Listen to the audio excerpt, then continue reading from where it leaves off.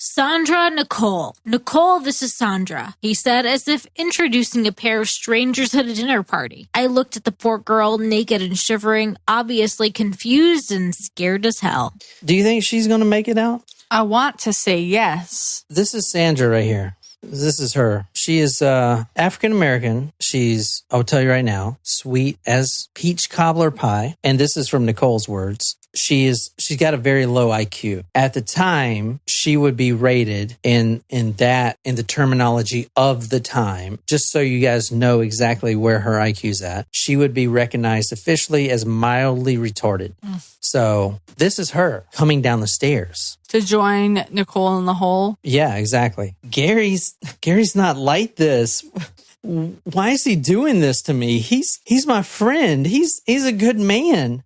This isn't him. I've known him for 4 years. That's what Sandra says. 4 years. She's been coming to this house for the last 4 years. She said that they met. Now she's talking to Nicole. Gary's back upstairs. These two naked women, completely butt naked, chained at the ankles, are sitting right beside each other because they're chained to the same leaky ass water pipe in the basement. Eventually they're going to be like, talk. Gary, I've known him for 4 years. He's a good man. He's religious. He's devoted to Christ. I met him at the Elwyn Institute. What's the Elwyn Institute? It's an institute for the mentally and physically handicapped. Okay. But today, Gary acted a little different. He picked me up today and took me to McDonald's like normal. Then we came back here to have sex. But afterwards, he started strangling me. And that's when he brought me downstairs. This isn't like Gary. He's devoted to Christ. He's very religious. We attend church services all the time, and after each service, he rounds up all the mentally and physically handicapped, all the lower IQ people, right? All the mentally handicapped worshipers, and he drives us all to McDonald's in his Rolls Royce, and maybe sometimes Roy Rogers. I guess it's like a Philadelphia thing. Okay, now Nicole's like, excuse me? I'm not saying you're lying, but you're telling me this guy is a sweetheart and he is a devoted Christian. And not only that, but he takes all the mentally impaired people to McDonald's and gets them all lunch. And what are you talking about? Do you guys see that this is going to be a crazy ass story, right? You know what I have to say, and I'm very upset right now. It's sad to say that someone who appears as a devoted Christian may not always be the case. I think history has shown us that in many, many cases. I just finished watching Shiny Happy People on Amazon Prime. If you haven't watched that, watch that. It's about the Duggars. Anyway, regardless, this man is taking advantage of mentally handicapped people and putting them in a basement. And not, regardless, and they're not even just mentally handicapped people or intellectually disadvantaged people, or however you want to say it, people who are sex workers. Like, it doesn't matter. He's taking advantage of people and putting them in a fucking basement. All right, well, let me just throw a wrench in that right quick. Let's go back. It doesn't matter. It doesn't matter what wrench. Well, this guy is a bad guy. Well, no, is he? Let's go back for a second. Well, where did he meet Sandra? What do you mean? In Philadelphia. Yeah. At what institute? The Institute of the Mentally... Why was he there? Was he volunteering? No, he was not. Just letting you know. He was a patient there. Yeah, kind of screws you up a little bit. It doesn't matter. He's still not right. Praying. He's still praying on them. He met her as a patient to patient. They've been together for 4 years. Not together, girlfriend and boyfriend, but they've been best friends. Yeah, they have occasional sex, but she was there, and she is apparently, and I'm going to spoil it for you, she dies a very horrible death in this hole, but she is his really good friend. So now he's bringing his friend that he met in a time of need at a mental institute when he was a patient and she was a patient. They've been friends for 4 years, and now he is bringing her down to a dungeon. That does not make it better. But does that not make it more sensational or more interesting, I guess? I don't know. Make you want to listen to the next episode. I mean, all of this makes us want to listen to the next episode, but it doesn't make it better. It does not make it better. Nicole isn't believing anything she's saying at that point, but she knows one thing. And this is kind of weird about this. I really wanted to understand her, and I know I can't because I've never been in a hole for 4 months, been on a mountain for 4 months, but she is in this hole, and this mildly retarded woman, that's what her official diagnosis was, comes down and joins her. She's so sweet. She has the mind of a child. She's confused. She doesn't know what she's doing. She's so innocent. Nicole, or Josephine, same person, crack addict, prostitute, made bad decisions, but also a mother of 3 kids. They're the same age. They're both 26. She's going to adopt this protector persona. She's got to protect Sandra. She's innocent. She is innocent. She is low IQ, the mind of a child. She has no idea what's going on. Sandra, I'm Nicole. Sandra. Nicole is, just like average. But she has to be the protector. So she gets this, I've got to do everything. Like, I've got to protect her. What was the guy's diagnosis? What was his diagnosis that ended him up in the same place as Sandra? I'll just say what wasn't his diagnosis. Well, it matters because if he was mentally, if he at least had some sort, like if he was not intellectually mentally disabled with a Rolls Royce and an investment account, just one worth $500,000, and that is just one account. Man, what kind of disablement is that? Sign me up. I mean, he could have been a child of a wealthy family. Nope, he was not. Well, then why was he in the same place as Sandra? What was his diagnosis? He watched his mother commit suicide in front of her, and then he was pretty much left to his own devices. All right, so PTSD. I'm not disregarding that at all. But what else? What's going on with all this? Sandra asked me. She seemed so innocent, so naive. I felt very protective towards her. He's got a plan, I told her. He wants to get 10 women down here all chained up, and he wants to get us all pregnant with his babies, and then he's going to bring up all the children down here in the basement in secret so nobody can take them away. And he already has 4 children by 4 different women on the outside, you said? Sandra, mentally handicapped, the mind of a child. Like I said, Nicole starts feeling the protective instinct to make sure that she's going to be protected because she's getting beat. Nicole's getting beat all the time. She's getting raped. She's now going to see Sandra, who is a friend of Gary Heidnik of 4 years, also get beat and raped. She's got a mind of a child. It's like beating a child. Who would say and watch that? Because Sandra doesn't understand, and she'll never understand what's going on. She won't understand it. Nobody would sit and watch that. It's just impossible. She said that recently, for all she knows, that she did get upset with Gary. They were at church, and she says Gary had asked her to have her baby just randomly, and she said no. Quote, that made Gary really mad. He criticized me at church on Sunday and said, because she had once had an abortion apparently, and he said that abortions were evil. Then he offered me $1,000 to have his baby, but I don't want to do it. Now he says I'm going to have his baby whether I want it or not. Right before Sandra got drugged down to the basement, she also noticed that maybe Gary has been off his medications. He's been taking some certain medications, some Thorazine, which is for hallucinations. And she said, quote, sometimes I can tell when he hadn't taken his medications. His movements were jerky. His eyes darted around widely, and he seemed jittery, on edge. Those nights I stayed awake, gripped by fear. This is what Nicole saying, gripped by fear. I imagined him tormented by evil thoughts, his mind plagued by voices telling him to get rid of the girls in the cellar. It's a real possibility.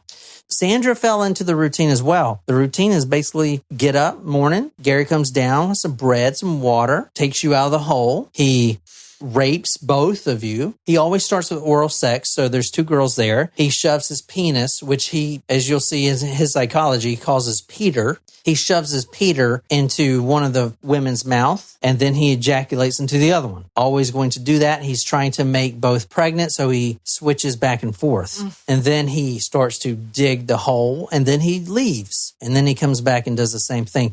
Have you ever seen The Handmaid's Tale? Yes. Or read the book? I never read the book, but the show, do you remember the girl from Mad Men? What's her name? Yeah. She's sitting there, she's getting raped, right? And he's just like missionary position. It's part of the what do you call it? But ceremony. It's called the ceremony. It's sex with a purpose. It's not sex because you love someone or you're having fun and it's like a release. It's sex with an intent, a very specific intent. It's the same with Gary Heidnik. When he rapes you, it's that rhythmic and motion, and it's all missionary, all for an intent of basically getting you pregnant. End of story. He is hell bent on having 10 women in his basement. And as we're going to go through these episodes, we'll show you that he gets about 6 of them in there. Not all of them make it out, but this story gets fucked real quick. Beatings would only occur when they deserved it, like if they did something that he didn't like or whatever. He eventually began increasing their privileges. Like, for instance, the first thing, giving them a t-shirt each. They're still naked, but now they have a t-shirt. And he even gave them a black and white TV to watch. They would watch sitcoms and The Price is Right, stuff like that. The radio still did blast every day, and Gary would be down there digging the hole enough for 10 women. One day during this months of captivity, Gary came back, and remember, they can hear the car coming in. And Nicole was so happy to hear that, because remember, if he's back, they don't starve to death. And that's a real threat if you're down in a hole with someone who, if they die, you're dead. Quote, "Thank God you're back," I exclaimed as he pulled me out of the hole. "We didn't know whether you were ever coming back." This was after he was gone for 24 hours. "Then when we heard your car pull in the garage, we were so relieved.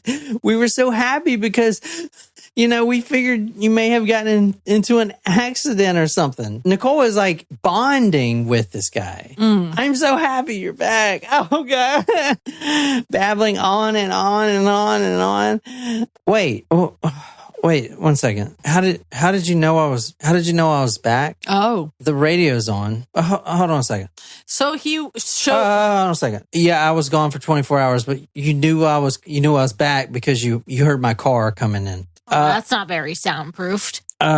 All right. He just walks off. Gary walks off. And he didn't seem really mad. He's just, something got him. He didn't realize that the radio wasn't loud enough, and it was pretty loud. It's the fact that the garage is right over the basement. So if a car is coming in, you could hear it, or you could feel the vibrations or something. And Nicole is so ecstatic because if he didn't come back, she would die of starvation and they would both die right there. "I'm so glad you're back. When we heard your car come back, I was so happy." "Wait, you could hear me come back? I'll be right back." He goes back upstairs and he comes down with a plate of bread and some glasses of water, and he's in a good mood. He's just a little concerned. He also comes down with a quote, "handful of screwdrivers."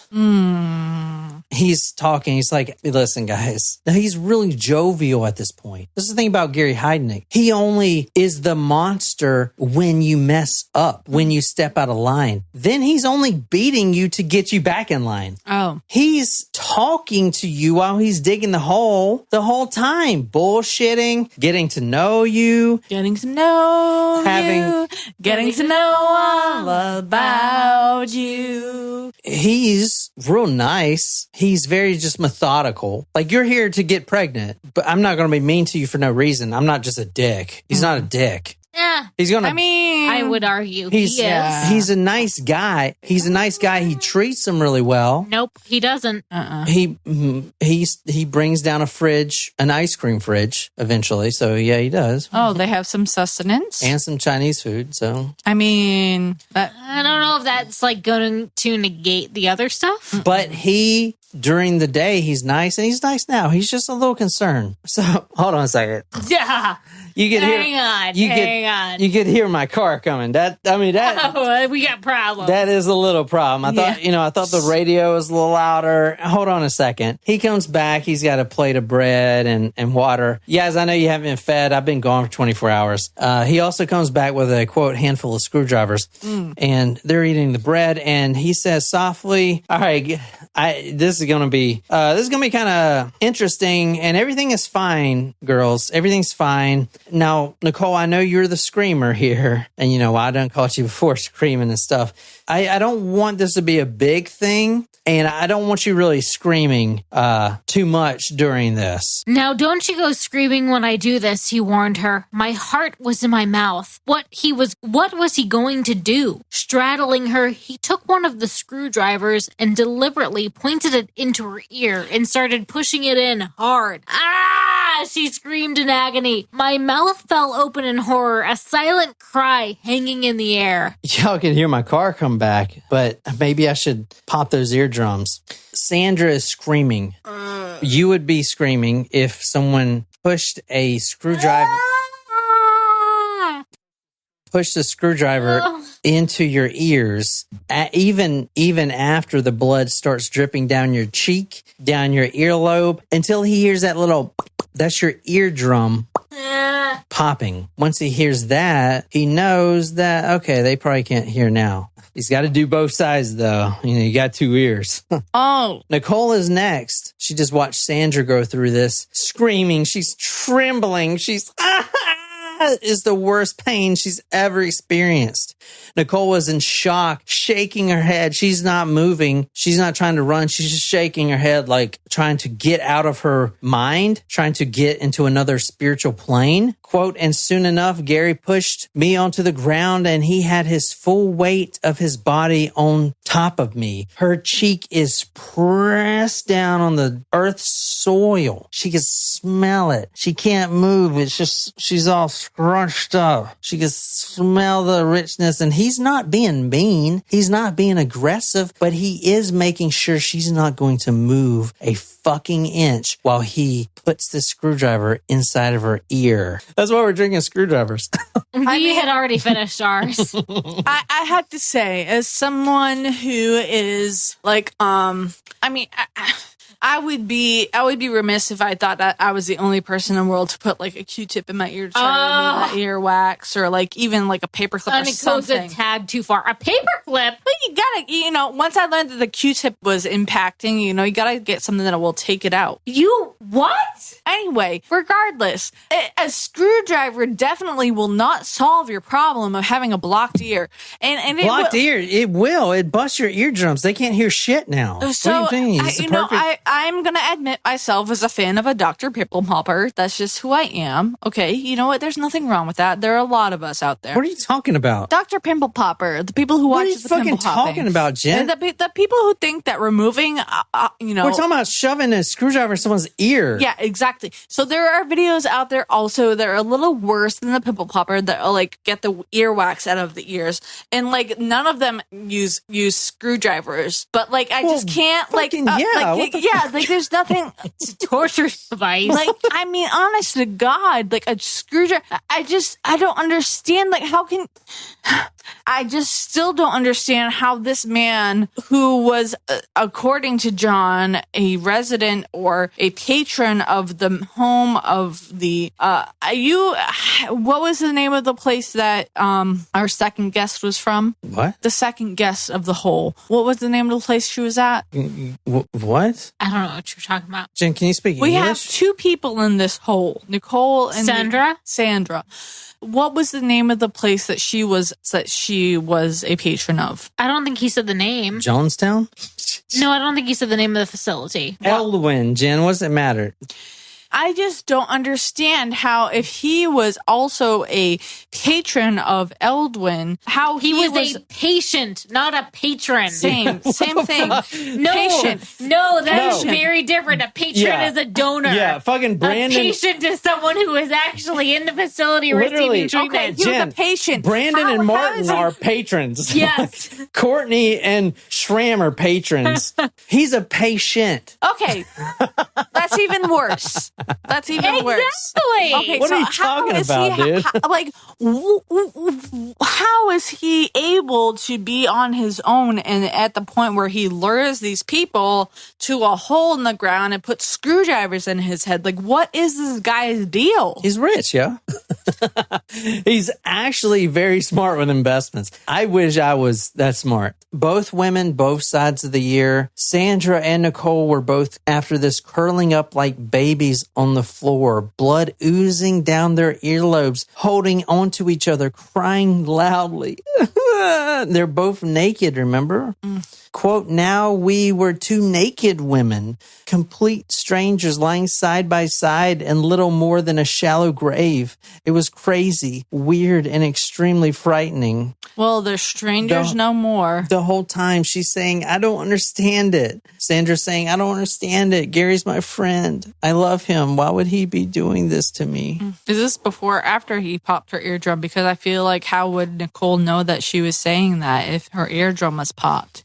Not trying to be critical, just asking. A few hours passed by. And I will say, after this, he did reward them with Chinese food. That was his thing. I know you guys want Chinese food. I'm not just saying that. He would buy them Chinese food all the time. I literally just asked my mom if she wanted to have Chinese food tonight. So, I mean, great, thanks. Eventually, he would even let them pick out their own entree off the menu because they're going to be down there for a few months, right? A few hours pass. Gary comes back. He drags both girls from the hole they now shared. Now, remember, no one showered yet, and this is going in 2 weeks. He puts both women side by side on the air mattress. He does the same routine. He puts his, quote, Peter into one of the girls' mouths, and then he ejaculates into the other one. Quote, there didn't seem to be any pleasure or passion in it, Josephine says in her book, Cellar Girl. I'm sorry, but does he not understand that ejaculating into someone's mouth does not mean that they're going to get pregnant? Oh my God, Jen. I am not going to explain this shit to you. Holy shit. He began in a mouth and finished in the vagina. Okay, yes, sorry. Okay, I'm sorry. I misinterpreted. Sorry. I'm sorry. Felt like I was 15 for a second. Back in anatomy class. That's what I was confused. You went over that in anatomy class? Yeah. The first bath that he gave them was after a month, and a month? Oh my goodness. He did this as a celebration because Nicole missed her period, and Gary had been tracking the cycles. So he brought them upstairs one by one, still chained, and let them bathe. He was very sensual. He was sitting on the toilet, but he drew them a nice warm bath each, soap, suds. And she talks about it in her book that she'll never forget how sensational that shower or that bath was. Now we're going 3 days before Christmas. Okay. Commotion is heard upstairs. Sandra and Nicole are sitting there. Again, another naked black girl, hands tied behind her back, is brought downstairs. This is Lisa. Hey, you guys meet Lisa, the third cog in my wheel. She wasn't a prostitute. She was actually walking to a friend's house alone in Philadelphia, and she saw this real nice caddy pull up. Oh my God. How cool would it be if I show up to my girlfriend's house in this new Cadillac? Oh my gosh, she gonna be jealous. Yeah, I'll take a ride. She was 19 with 2 kids. So New Year's Eve, different, defiant, hard, more street savvy. Deborah Dudley, the 4th, comes down. Deborah's different, and I'm just going to call her Dudley so you guys can remember it. Dudley's going to be a problem. Dudley is a black girl. She's real dark. She's, quote, not pretty like Lisa or sweet like Sandra. She is a stone cold bitch. Good for her. Someone deserves to stand up to him. She is drugged downstairs New Year's Eve. What the fuck are you doing, you little shit? She's screaming. Are you deaf, you fucking freak? He didn't respond. He looks at all 3 of the other girls, Lisa, Sandra, and Nicole. What the fuck are y'all looking at, bitches? You got something to say about this fucking shit? And these were quotes from her book. So she is going to be defiant. She's going to make life harder for everyone. She can't adapt to the rules, so she's going to get beat all the time. Dudley will. So one of these girls are going to die very soon. Not only is she getting beat, but she's making everyone else get beat because it's pissing Gary off. Now we're talking about month 2 going on here. He's got 4 females in here. A little bit about Dudley's background. She's from the Richard Allen projects, which apparently, I'm from fucking Gilbert, so apparently it's like fucking drug central, right? Whatever. Abused her whole life. She wasn't pretty. She wasn't smart, but she was street savvy.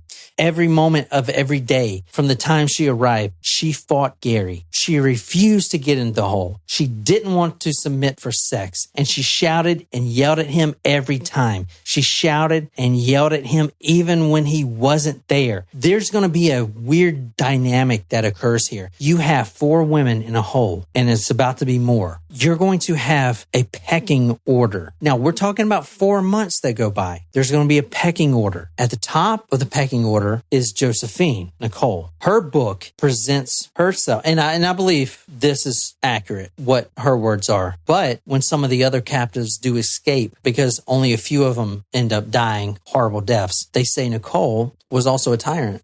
She also enjoyed the beatings. Dudley was so defiant, Gary would get sick of beating her over and over and over. You know what? Fuck it.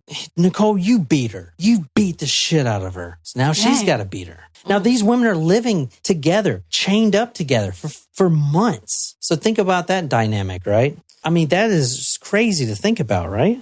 They're all in this routine, same routine. In the morning, bread, water, oral to get them hard, rape whoever needs to be raped, ejaculate in whoever the next one is. All right. January 18th. Now this story is going to go a little longer, right? We're going to talk about some murders and it gets a lot worse. I'm just going to tell you, it gets ramped up 100%. I know this is crazy. It hasn't gotten better yet. But we got to introduce all the characters because there's a lot. There's more? Yeah, there's 7 girls that are down in this basement. Poor things. So I'm introducing all in this episode. Then we're going to get into some of the most terrible things you've ever heard of someone could do to 7 females chained up in the basement. If that's not bad enough, on the next episode, plus we're going to figure out who the fuck this guy is. Yeah. But January 18th, so 18 days later, Jacqueline, small, skinny girl, 18, so small that the muffler clamps wouldn't even fit around her ankles. She had to be handcuffed around her ankles. So this has been going on for like 3 months. She comes down and she's number 5 and he is just in a joking mood. Oh my God, guys, as he's dragging this girl downstairs, 18 years old, small, skinny girl, dragging her down there, chained up.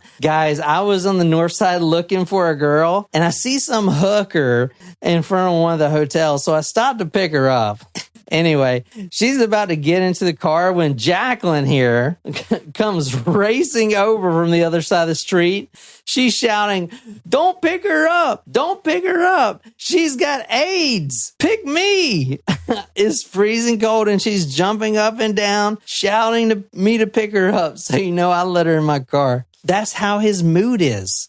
January 19th, a day later, it's Nicole's birthday. Happy birthday. Everyone gets Chinese food. And not only that, they also get a cake with presents. So January 19th, Nicole's birthday, everyone gets Chinese food. They get to pick their own menu. And in her book, she's happy, right? I mean, dude, she has literally been naked in a watered down basement for weeks, now months. So any little thing, and this is how Stockholm Syndrome works, right? They give you a little bit. Patty Hearst lives in Charleston, right? They give you a little bit of privilege. Not? They give you a little bit. And then you're like, wow, he's kind of a nice guy. He's letting me order my own Chinese food and he's bringing me a cake. This is how they do it. So at this point, they're bonding to this guy, right? I mean, it's just how it is. There we were, 5 half-naked, half-starved women chained in a basement, and we were having a party. Unbelievable. But I didn't care. In this moment, I felt something shift, a change in the balance of power.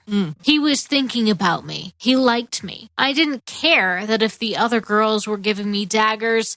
It's what I would have expected. Here, stop right there. I didn't care that the other 4 girls chained up in this basement were giving me daggers. You see the weird dynamic here, right? Mm-hmm. There's a jealousy going on. There's a pecking order going on. Yeah. Is that not weird to you guys? Isn't it crazy? that would happen just naturally if they're all chained up in this hole. And now you have Nicole, Josephine, who survived, taking the lead almost. She's like kind of like the leader. She's was first. Well, she's going to be the teacher's pet. They were giving me daggers. This is kind of a weird dynamic. I just think maybe it's just me. No, it is strange. I would say, I mean, honestly, I'm not surprised that there was that dynamic because there's gonna be jealousy. That's female within female. There's always gonna be jealousy. There's always gonna be some sort of social hierarchy, regardless of if there's a male or not. Like that's just. But if it was all guys, I think they would just be like, let's take this guy out. You would call it alpha male, beta. Like there's a difference. Someone's gonna be top dog. But they should be talking about taking this guy out or something. There's 5 of them. I think maybe so. Right. That's what you would expect. But when there is the opportunity for survival, one of the females is going to take opportunity. I'm not going to lie. Like there's going to be an opportunist type of psychology there. There's not going to be, and I mean, there might be among like 4 of the 5, but I think out of the 5, there's going to be one that's going to be like, all right, let me see what my best chance of survival is. How can I get out of this? And that hurts to say, but I don't think it's reality for every single one of them to band together. I think one of them is going to try to be the alpha female and try to figure out what the best route for survival is. And I think that's because they've been in the hole, like, is there a threat? Yes. But who's going to try to figure out? There's going to be one that's going to try to figure out how to get out of that hole alone or how to get in the best situation. The rest of them may try to figure out, all right, how do we band together and do this? But there's going to be one. Well, let me tell you, this gets a lot weirder. Okay. One of them, I'm not going to tell you who, you can probably guess, bonds and is given more and more privileges. Even dinners out on the town, unchained around. That's probably Nicole, the first one. Around public in nice restaurants. Wow, right? Crazy. It's either the first one or the last one, and that's a psychological trick from the male, and that's my guess. For the first time, I sensed that Gary liked me, and I wasn't going to blow it.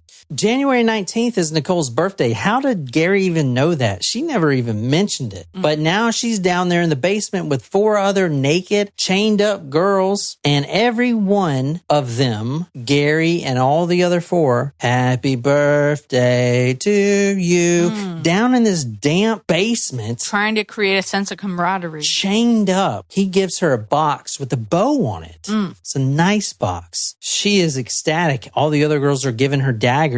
She opens the box and there's a nice brand new pair of designer slippers, furry slippers. Everyone else is walking around and they have no shoes. They're walking around the damp basement. Now she's got these designer slippers, these Gucci slippers or whatever. Honestly, I'd return them. Like, you should just go barefoot. And I know your birthday's not January 19th. Can we get December 21st. Jesus Christ. These nice slippers.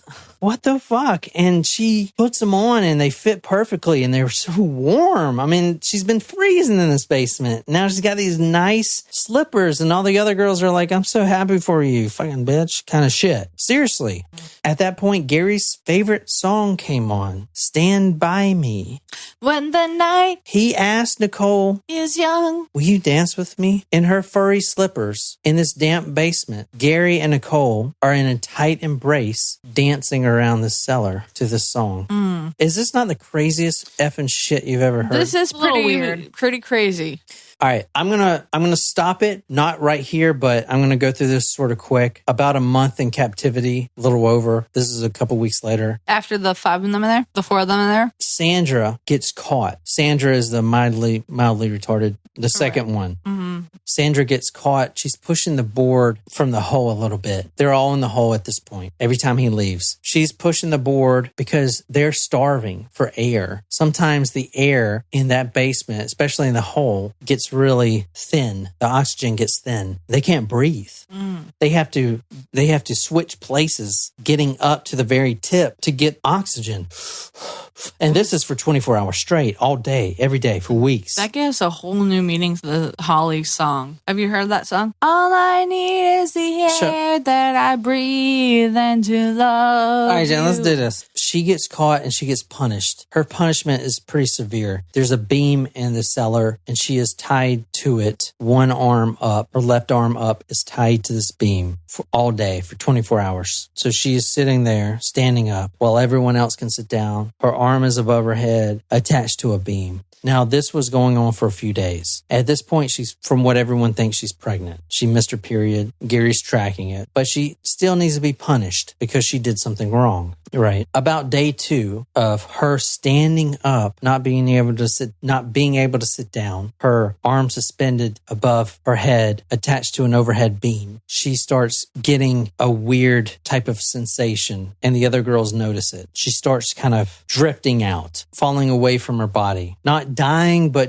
she's not there. Something's wrong. They know something's wrong. They scream for Gary. He comes down. He says she's just pregnant and she needs to eat more. So he takes his bread, it's all they've always been feeding him, and starts forcing it down her throat. And he notices that she's not swallowing it. She's not eating this bread. And this was 2 days in of being suspended. He keeps trying to feed her bread, shoving it down her throat. She refused to swallow it. So he starts beating her relentlessly with a stick as she hanged there by one arm. She wasn't responding to being beaten. He is hitting her with all of his might with a wooden stick, and she's not responding at all. Something's wrong. He's beating her with a stick. She's hanging there. After a full week of this, Nicole is begging him, please release her.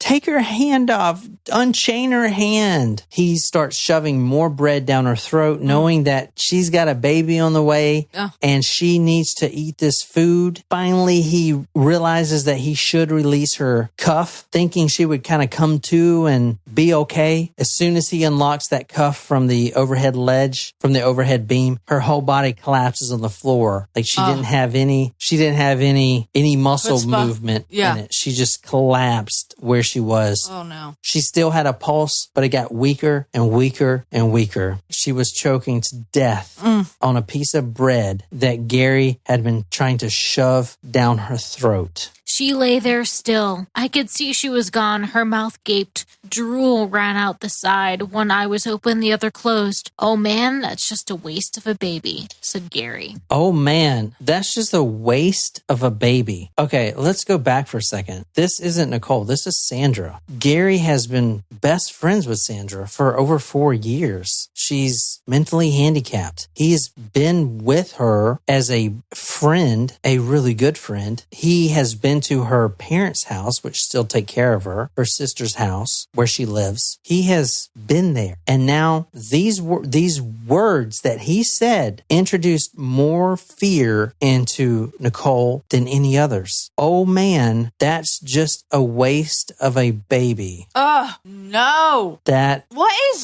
No, you know what? I'm not gonna, no. Can you read the last one? Did you see her face? I'm not even gonna ask what is wrong because there's definitely something wrong with that. Like, Did you see her face, said Jacqueline, her eyes wide in horror. She was checked out. I had never seen a dead person before. Poor Sandra. Yeah, Lisa echoed, lost in thought. Poor Sandra. But I could see what they were all really thinking. Poor us. Which one of us will be next? This, you remember how I said Dudley was the one who was always yelling and screaming and being defiant? This changed everything. The fact that she's dead and she was low IQ, sweet as a cherry pie, sweet as a peach cobbler, not smart as in an IQ sense, just a baby, thoughts of a child. Gary has been friends with her for over 4 years, has taken care of her. No. Oh man, that's just a waste of a baby. No. You know what? How dare he? Because he probably knew exactly what he was doing. How dare he? How dare you take advantage of a woman like that? Of a person like that? It doesn't matter. How do you take advantage of any person, regardless of their IQ status? But that is is the lowest of the low. You know, that's terrible. That is terrible. That's almost worse. No, not almost worse. It's on the same level of taking advantage of a child because they don't know what's going on. How dare you? How dare you, sir? And I hope that he is suffering.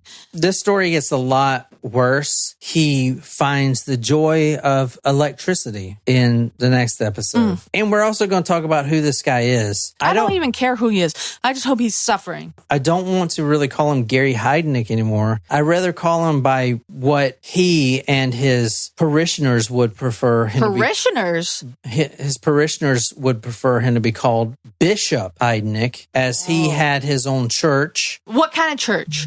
A Christian church. It's like WTF. No! We're going to talk about it on the next episode. This story gets a lot worse. That was an introduction to a guy that is, in my opinion, one of the worst people I've ever even read about. You know what I mean? Holy shit. I mean, it is just tear a fucking bowl. The shit he's going to do to these women. You have no fucking idea. And Sandra being the first to die, there will be more. And what he does with the bodies. I don't. I don't even need to know. Well, you don't. Not yet. You'll be, if you want to come back on Monday. Yeah, I will come back on Monday. Let me find out what time my mother's flight is, and I'll come back right after. So until next time, good night, you lovely, lovely people.